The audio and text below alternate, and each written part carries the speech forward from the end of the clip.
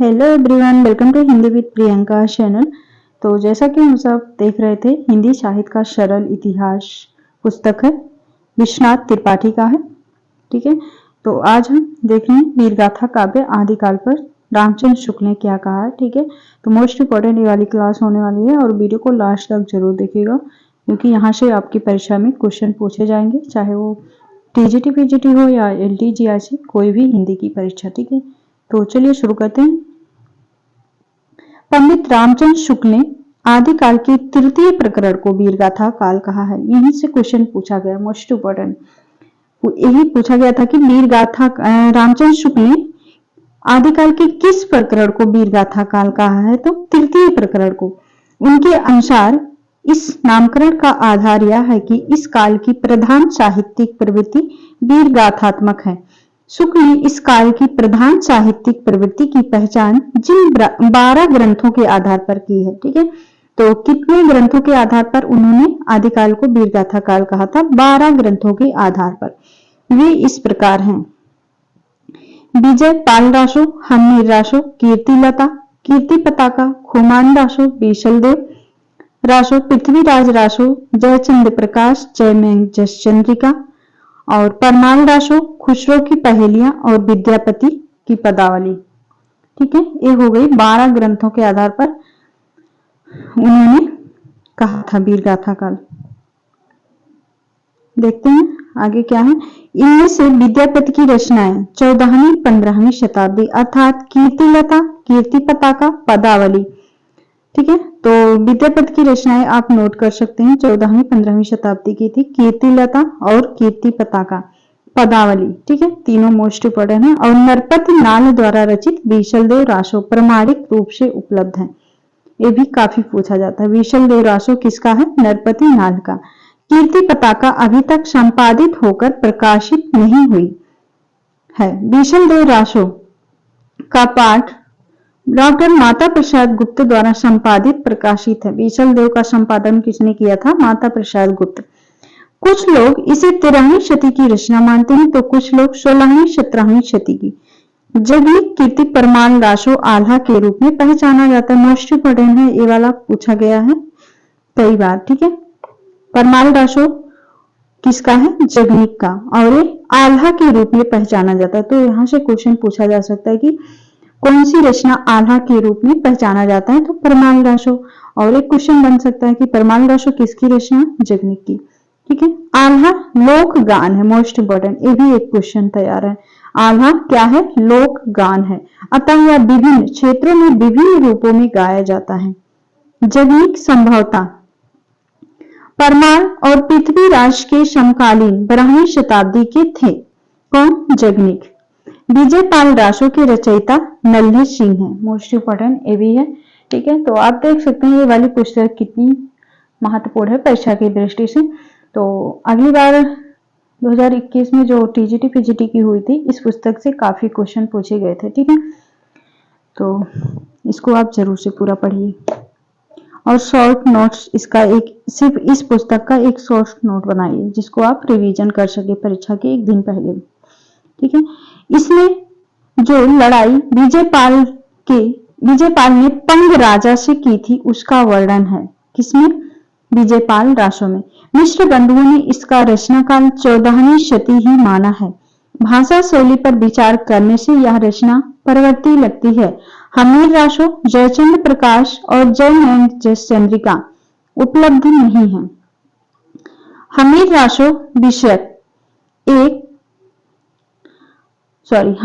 विषयक एक पद्य प्राकृत पैंगलम में मिलता है, जिसके बारे में पंडित रामचंद्र शुक्ल का विश्वास है कि वह हम्मीर रासो का ही है। और खुमान रासो के रचयिता कौन है? दलपति विजय। ये भी पूछा जाता है, खुमान रासो, दलपति विजय। इसमें 9वीं शताब्दी के खुमान के युद्ध का वर्णन है खुमान रासो में, लेकिन मेवाड़ के परवर्ती शासकों जैसे महाराणा प्रताप सिंह और राज सिंह का भी वर्णन है। इससे प्रकट होता है कि यह रचना 17वीं शताब्दी के आसपास की है, खुमान रासो। आगे है पृथ्वीराज रासो, आदिकाल का सर्वाधिक प्रसिद्ध काव्य है। इस काव्य का रचना काल और इसका मूल रूप सर्वाधिक विवादास्पद है।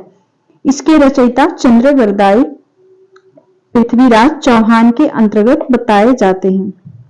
ठीक है, तो पृथ्वीराज रासो के रचयिता कौन है? चंद्रवरदाई, जो पृथ्वीराज चौहान के राजाश्रित थे। ठीक है, प्राच्य विधा के यूरोपीय पंडितों ने इस ग्रंथ के से मध्यकालीन इतिहास का पर्याप्त प्रकाश डालने की आशा बांध रखी थी। इसलिए डॉक्टर बूलर को यह पता चला कि रासो की तिथियां, व्यक्तियों के नाम, घटनाएं आदि इतिहास सम्मत नहीं है, तो तत्काल इस ग्रंथ को न प्रकाशित करने की सिफारिश की थी। ठीक है, किसने? बूलर ने, डॉक्टर बूलर ने। सर्वप्रथम इन्होंने ही उसको अप्रमाणिक घोषित किया था। ठीक है, पृथ्वीराज रासो को। इसकी प्रमाणिकता पर संदेह करने वाले विद्वानों में गौरी शंकर ओझा, रामचंद्र शुक्ल आदि भी हैं, और बाबू सुंदरदास और मोहनलाल विष्णुलाल पंड्या इसे प्रमाणिक मानते हैं। तो पूछा जा सकता है कौन प्रमाणिक मानते हैं, कौन अप्रमाणिक मानते हैं और कौन अर्ध प्रमाणिक मानते हैं। तो श्याम सुंदरदास और विष्णुलाल पांड्या ने इसे प्रमाणिक माना है। महामहोपाध्याय गौरी शंकर ओझा के अनुसार पृथ्वीराज रासो 1600 विक्रम संवत के आसपास लिखा गया। इसकी ऐतिहासिकता की खोज अब बंद कर दी गई है। इधर हाल में मुनिजिन विजय ने पुरातन प्रबंध संग्रह के एक अंश जयचंद प्रबंध की 4 छपियों की ओर ध्यान आकृष्ट कराया, जो वर्तमान रासो में भी मिलते हैं। पुरातन प्रबंध संग्रह का संकलन काल संभवतः 15वीं शती। इससे यह तो प्रकट हो गया कि 15वीं शती के पूर्व चंद्र नामक कवि ने पृथ्वीराज पर कोई काव्य लिखा था, जिसके कुछ अंश वर्तमान रासो में है, किंतु रासो का मूल रूप क्या रहा होगा, यह समस्या अभी भी बनी हुई है। हजारी प्रसाद द्विवेदी ने अनुमान किया कि चंद्र ने रासो की रचना सुख सुखी संवाद के रूप में की थी। Most important. ठीक है, ये भी पूछा गया है, किसने कहा था चंद्र पृथ्वीराज रासो को सुख सुखी संवाद के रूप में? हजारी प्रसाद द्विवेदी ने। मोस्ट इंपोर्टेंट है और एक पूछा गया है। ठीक है, तो इस पुस्तक की खास बात यही है कि इसको पढ़ने में इतना आनंद आता है कि क्या बताएं। ठीक है, सुख सुखी संवाद के रूप में की थी। कौन कहता है? हजारी प्रसाद द्विवेदी। मध्यकालीन प्रबंध काव्य की यह बहुत प्रयुक्त रूढ़ी है। रासो के जो अंश सुख सुखी संवाद के रूप में मिलते हैं वे मूल रूप हैं। डॉक्टर माता प्रसाद गुप्त ने रासो के 4 पाठों बृहत्तम, बृहद, लघु तथा लघुतम में से लघुतम पाठ को रासो का मूल रूप बताया है। लघुतम पाठ को रासो में मध्यकालीन साहित्य में प्रयुक्त अनेक कथानक रूढ़ियों और काव्य रूढ़ियों का प्रयोग किया गया है। इसमें अनेक छंदों का प्रयोग मिलता है। पृथ्वीराज रासो काव्य परंपरा का काव्य तो है ही, इसमें चरित काव्य, आख्यायिका आदि के भी लक्षण मिलते हैं। रासो में पृथ्वीराज के विभिन्न युद्धों, विवाहों का वर्णन है। तो पॉइंट में देकर ये पूछा जा सकता है पृथ्वीराज के बारे में, पृथ्वीराज रासो के बारे में कि किसका वर्णन है? पृथ्वीराज के विभिन्न युद्धों और विवाहों का वर्णन है। वीर और श्रृंगार रस के प्रमुख अंग हैं। तो पृथ्वीराज रासो के रस और छंद से भी पूछा जाता है। तो वीर और श्रृंगार रस प्रमुख हैं। यद्यपि अंगी रस क्या माना गया है? इसका वीर ही माना गया है। रासो में नायिका का नक्शिक वर्णन, सेना के प्रयाण, युद्ध, सर्द ऋतुओं आदि का सुंदर वर्णन है। चंद्रवरदाई अनेक नाना स्थितियों का संश्लिष्ट चित्र खींचने में सिद्ध है। यद्यपि वे विभिन्न छंदों के प्रयोग में कुशल है, किंतु छप्पय उनका अपना छंद है। मोस्ट इंपोर्टेंट, ये भी पूछा गया है। उनका प्रिय छंद क्या था? छप्पय। रासो के एक खंड कैमाश वध का छप्पय इस प्रकार है। एक कैमाश वध से लिया गया छप्पय है। एक बान पुहवी नरेश कैमाशः मुक्कह उर ऊपरी पर हरिवीर कश्तर चुक्कन। ठीक है, तो ये छप्पय छंद में है। आगे है अगली रचना हमारी बीशल देव रासो। तो हमने पृथ्वीराज रासो के बारे में आपको एक भी पॉइंट मिस नहीं हुआ होगा। और इसके अलावा आपकी परीक्षा में पृथ्वीराज राशियों के बारे में तो पूछा ही जाएगा एक क्वेश्चन।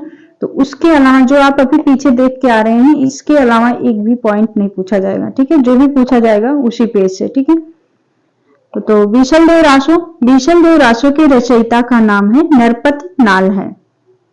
पाठ के अनुसार ग्रंथ की रचना संवत 1212 अर्थात 1155 ईस्वी में हुई थी।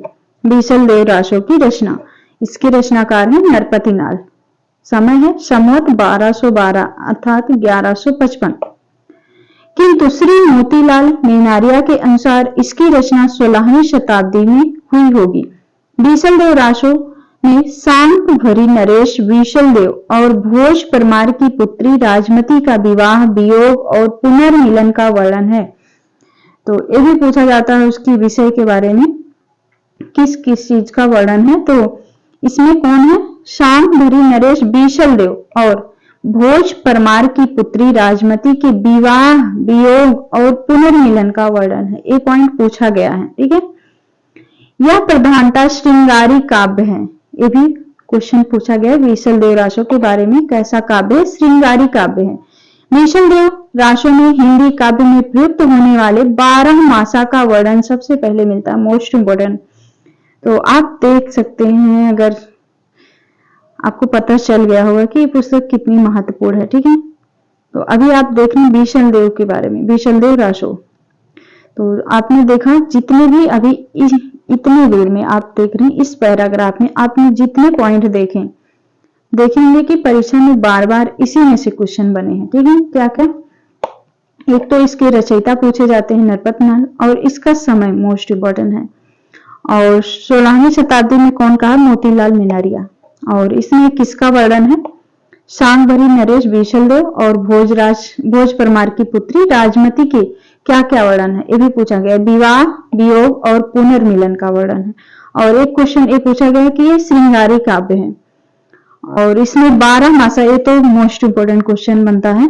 12 मासा का वर्णन सबसे पहले किसमें मिलता है, तो बीसलदेव रासो में, मोस्ट इंपोर्टेंट, ठीक है। इसको देख लेते हैं थोड़ा। पृथ्वी नरेश चौहान ने कैलाश को एक बाढ़ मारा। बाढ़ मारते समय पृथ्वीराज के हृदय में हड़बड़ी हुई तीर कैलाश की आंख के बीच से निकल गया, ठीक है। आगे चलते हैं। वीरगाथा काल के अन्य कवि, वीरगाथा काल के अन्य कवि, तो इसको हम नेक्स्ट वीडियो में देखेंगे, ठीक है। तो क्लास लंबा हो जाता है, लोग बोरिंग महसूस करते हैं पुस्तक पढ़ने में। तो लेकिन इस चीज से आपको होना होगा कि बिना पुस्तक पढ़े कल्याण नहीं होने वाला है। सिर्फ क्वेश्चन आंसर आप कहाँ तक रटेंगे, ठीक है। तो रटने से कुछ नहीं होगा जब तक आप पुस्तक के अंदर की चीजों को नहीं समझे रहेंगे, ठीक है। तो आपने देखा होगा क्लास कितनी महत्वपूर्ण थी, और डेली आप बने रहिएगा। बस आधे घंटे, 20 मिनट, 15 मिनट जो भी क्लास रहे उसको आप पूरा कंप्लीट करके छोड़िए, ठीक है। और यहाँ से शॉर्ट नोट्स भी अपना तैयार करते रहिएगा। जैसे आपने बीसलदेव के बारे में जो भी पॉइंट देखा, यहाँ से पक्का पूछा जाएगा, और पृथ्वीराज रासो के बारे में, ठीक है। इसके अलावा और कुछ नहीं पूछा जाएगा। तो बने रहिए हमारे साथ, और चैनल पे नहीं तो प्लीज चैनल को सब्सक्राइब करके रखिएगा ताकि आपको हर वीडियो मिलती रहे। मिलते हैं नेक्स्ट वीडियो में, तब तक के लिए बहुत बहुत धन्यवाद दोस्तों।